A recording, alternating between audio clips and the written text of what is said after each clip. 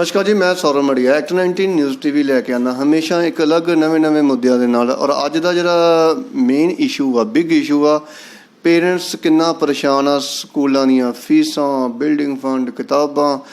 ਉਹਨਾਂ ਪੇਰੈਂਟਸ ਦਾ ਕੀ ਹਾਲ ਹੋਏਗਾ ਜਿਹੜੇ ਵਿਚਾਰੇ ਇੰਨੀ ਮਿਹਨਤ ਕਰਕੇ ਆਪਣੀਆਂ ਪ੍ਰੋਪਰਟੀਆਂ ਤੱਕ ਗਿਰਵੀ ਰੱਖ ਕੇ ਇਸ ਟਾਈਮ ਸਕੂਲਾਂ ਦੀਆਂ ਫੀਸਾਂ ਭਰ ਰਹੇ ਨੇ। ਔਰ ਮੇਰੇ ਨਾਲ ਇਸ time single parent mother Sanchi Gupta ji जुड़ चुके हैं। नमस्कार मैम। नमस्ते सौरभ जी, कैसे हैं आप? बहुत बढ़िया, अपना सुनाएं। Thank you so much first of all आपका मेरे यहाँ आने के लिए और आपने अपना कीमती वक्त निकाला। आजकल तो वैसे भी जो हम न्यूज़ चैनल बड़े बड़े देखते हैं उस पर तो इतनी अच्छी न्यूज़ हमें पता नहीं चलती, सब फेक है। आपका जब न्यूज़ चैनल मैंने देखा एक्ट 19 तो मुझे लगा कि वाकई कोई किसी में दम है कि कोई सच्ची खबर छापने का। हमारे स्पेशली कपूरथला, फगवाड़ा जितना भी डिस्ट्रिक्ट है उसके बारे में। Thank you so much for coming. शुक्रिया। सच के लिए आप भी वो इस टाइम पूरी भागम दौड़ कर रहे हो। स्कूलों के प्रति आप अपना रवैया बताएं।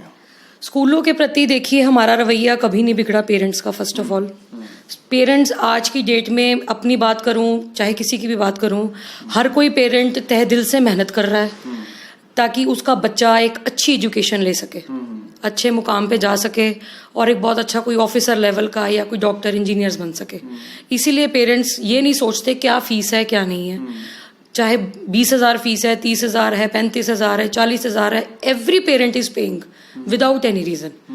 पर जो एक अब इतनी बड़ी पैंडेमिक आई है, इस सिचुएशन में अगर स्कूल वाले हमें सपोर्ट नहीं करेंगे, हमसे बिना पूछे या हमारे एडवाइस लिए बिना हमसे फीसेस मांगेंगे, तो वो एक बहुत बड़ी दिक्कत का। स्कूल फीसेस मांगता है, ये उनका अधिकार है, ठीक है, बच्चों को पढ़ाता है आपके। देखिए सर, स्कूल फीस मांगता है, उनका अधिकार है। मेरे बच्चे पिछले 4 साल से बहुत अच्छे स्कूल में पढ़ रहे हैं और मैं अकेली सिंगल पेरेंट हूँ।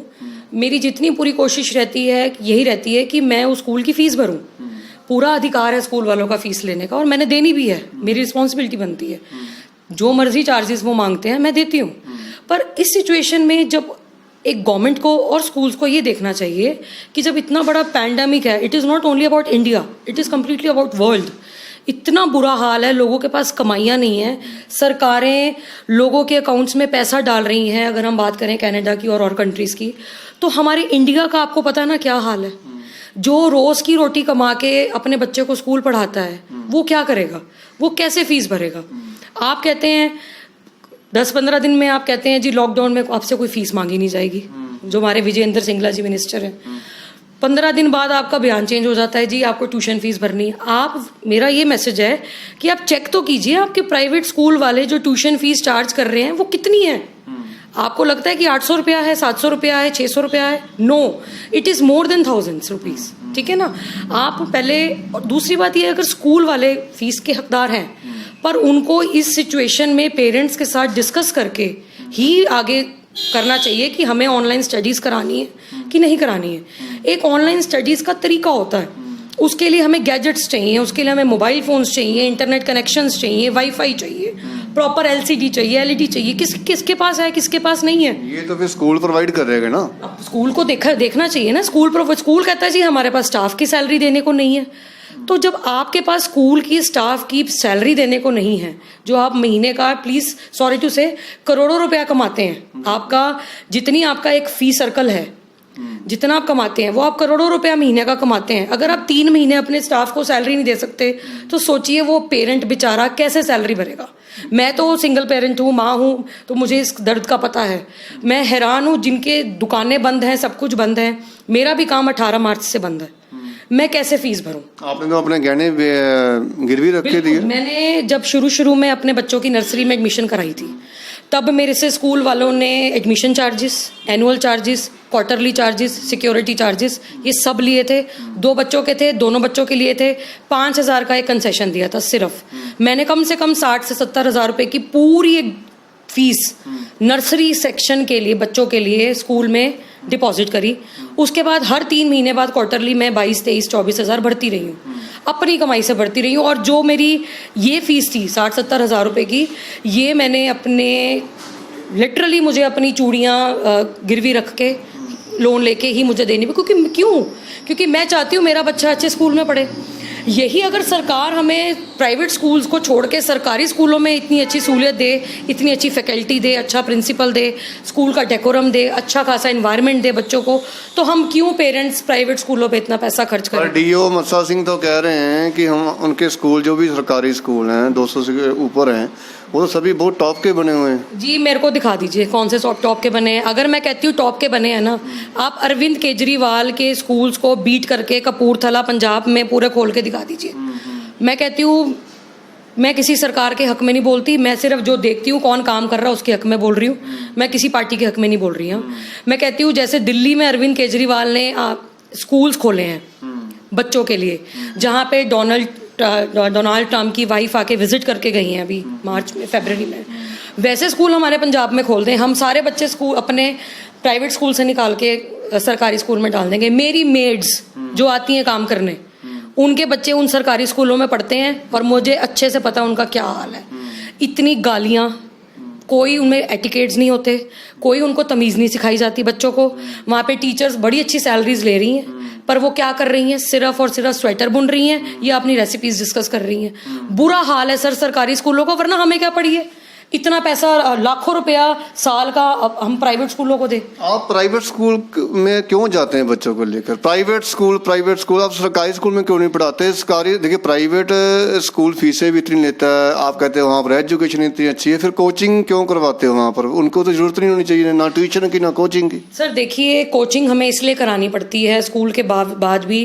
कई पेरेंट्स हैं, अब मैं तो सर सिंगल पेरेंट हूँ, बार बार नहीं बोलूँगी, और भी कई पेरेंट्स हैं, घर के इतने काम होते हैं, इतना कंपटीशन है, कमाने का इतना कंपटीशन है, रेट लगी हुई है कि बंदे को पता ही नहीं चलता सुबह के 8 कब बजे हैं और रात के 12 कब बज गए हैं। मैं खुद ऑनलाइन काम करती हूँ, मेरा कोई टाइम ही नहीं है, मैं 1-1, 2-2 बजे तक भी काम करती हूँ, ठीक है।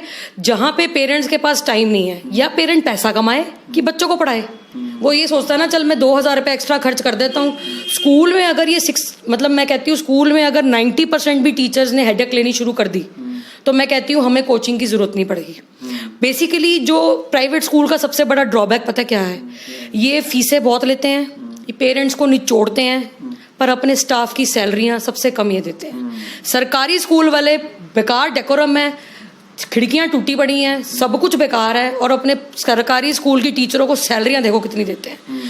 मेरी पूरी सिंपैथी है स्कूल के स्टाफ के साथ, चाहे वो प्रिंसिपल हो, चाहे वो टीचिंग स्टाफ हो, नॉन टीचिंग स्टाफ हो।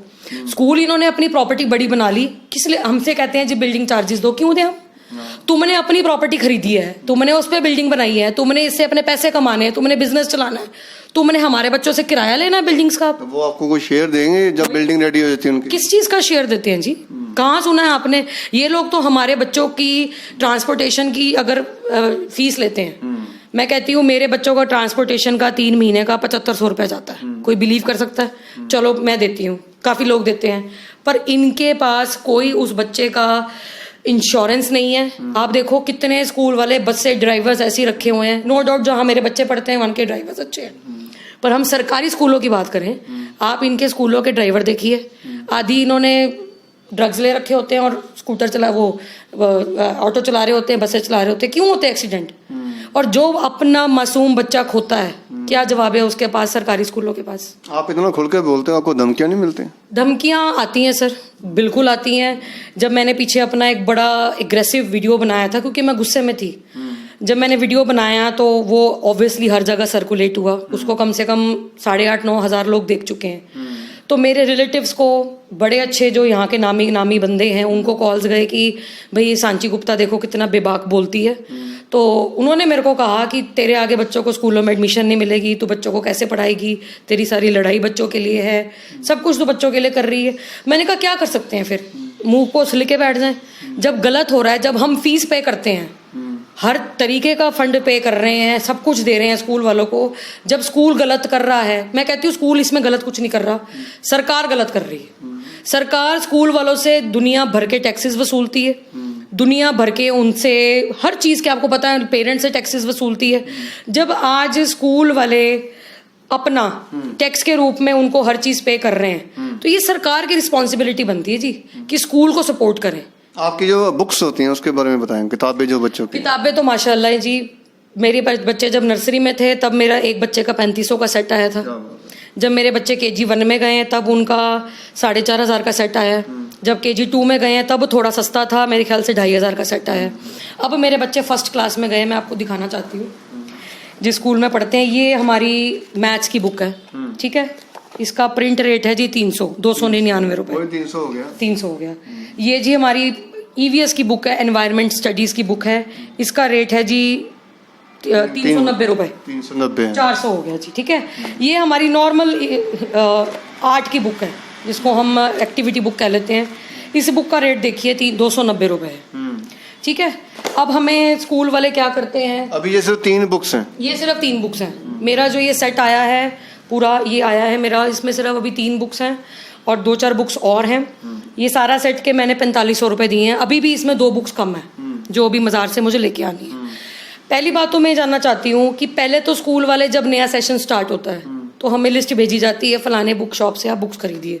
अभी कोई पूरी इन्होंने नाम ले रखा है, ठीक है। तो हम गए उसके पास बुक्स। आप कैसे गए उनको, आप किसका फोन आया था आपको? मैं आपको बताती हूँ ना, स्कूल से हमें पहले तो जैसे व्हाट्सएप पे टीचर्स के थ्रू मैसेज आते हैं कि ये बुक्स की लिस्ट है और ये पूरी करके शायद कोई हमारे कपूरथला में है, तो इनसे आप जाके बुक्स लीजिए और इन्हीं से ही बुक्स लीजिए। तो फिर हम मजबूर हो जाते हैं पेरेंट्स, ठीक है, हम लेके आते हैं। फिर उसके बाद जब हम बुक्स ले आते हैं, उसके बाद 2 महीने बाद जब विजेंद्र सिंगला जी ने अनाउंस कर दिया जी बुक्स शायद स्कूल में बेचने का हक नहीं है या कुछ भी करने का हक नहीं है, फिर इनकी तरफ से एक सर्कुलर का मैसेज आता है कि जी हमने 19 मार्च 2020 को एक सर्कुलर इशू किया था जिसमें पेरेंट्स को बुक लिस्ट दे दी जाएगी, पर वो बुक्स जहां से मर्जी ओपन मार्केट से खरीदें। मैं ये जानना चाहती हूँ कि अगर आपने बुक लिस्ट की एक सर्कुलर इशू किया 19 मार्च 2020, 28 अप्रैल को आपका ये मैसेज आता है, ठीक है, तो आपका जो स्कूल का स्टाफ है वो 21 मार्च 2020 को हमें कैसे भेज रहा है जी बुक लिस्ट ये है जी, आप इससे फलाने से बुक्स लेके आओ। तो क्या आपका स्कूल का मैनेजमेंट है और जो स्कूल की फैकल्टी है आपस में, या जो स्कूल का स्टाफ है आपस में कोऑर्डिनेशन नहीं है? फिर हमें स्पेशल कॉल्स आते हैं, किसके? जो ये बुक शॉप वालों के। वो कैसे, आपकी जो प्राइवेसी नंबर है वो स्कूल से कैसे बाहर निकल गए? मैंने कॉल किया स्कूल में, मैंने जो इनकी स्कूल के कोऑर्डिनेटर्स होते हैं उनको पूछा, मैं कहा मैडम हमें कॉल आया है जी ऐसे बुक शॉप वालों से, तो आप ऐसे कॉल्स क्यों करवा रहे हैं? तो क्योंकि बुक्स लेने का तो अधिकार हम पेरेंट्स का जहाँ से मर्जी है, आप अपनी बुक्स के लिए स्पेशल एक शॉपकीपर या जो भी है नाम जो भी उसका, उससे क्यों करवा रहे? कहते हैं मैडम जी पेरेंट्स का डेटा निकालना तो बड़ा आसान होता है। अच्छा। वो तो कोई भी बुक शॉप वाला निकाल के ले जाता है, तो हमारे यहाँ कोई दिक्कत वाली ऐसी बात नहीं है। तो मैं हैरान थी कि she was taking it so lightly. और एक और चीज़ मैं बताना चाहूँगी, जब स्कूल की फीस की बात आती है या स्कूल पे कोई क्वेश्चन आता है ना, ये पेरेंट्स को इमोशनली और मेंटली ऐसे हरास करते हैं। एक लाइन बोलते हैं, आपको आपके बच्चों के भविष्य की चिंता नहीं है।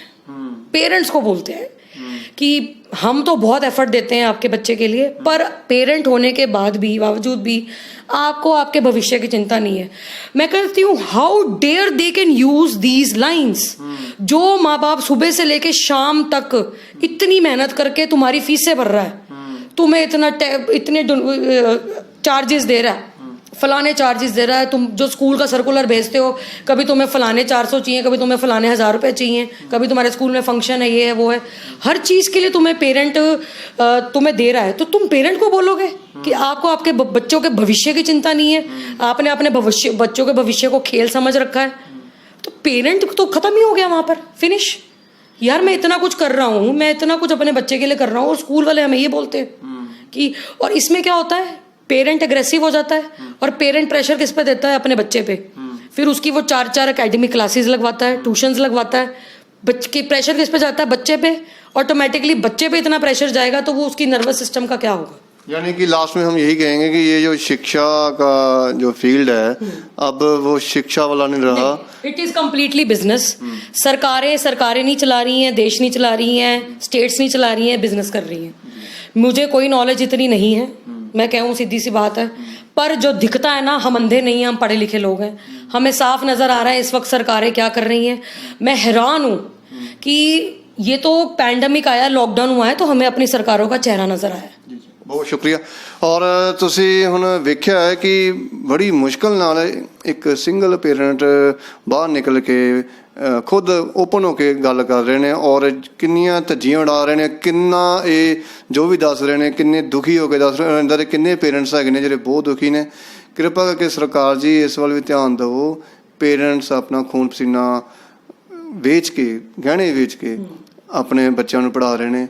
ਸਿੱਖਿਆ ਨੂੰ ਸਿੱਖਿਆ ਸਮਝਿਆ ਜਾਵੇ। ਮੈਂ ਸੌਰਵ ਮੜੀਆ, ਐਕਟ 19 ਨਿਊਜ਼ TV ਨਾਲ ਮਨਜੀਤ ਕੌਰ।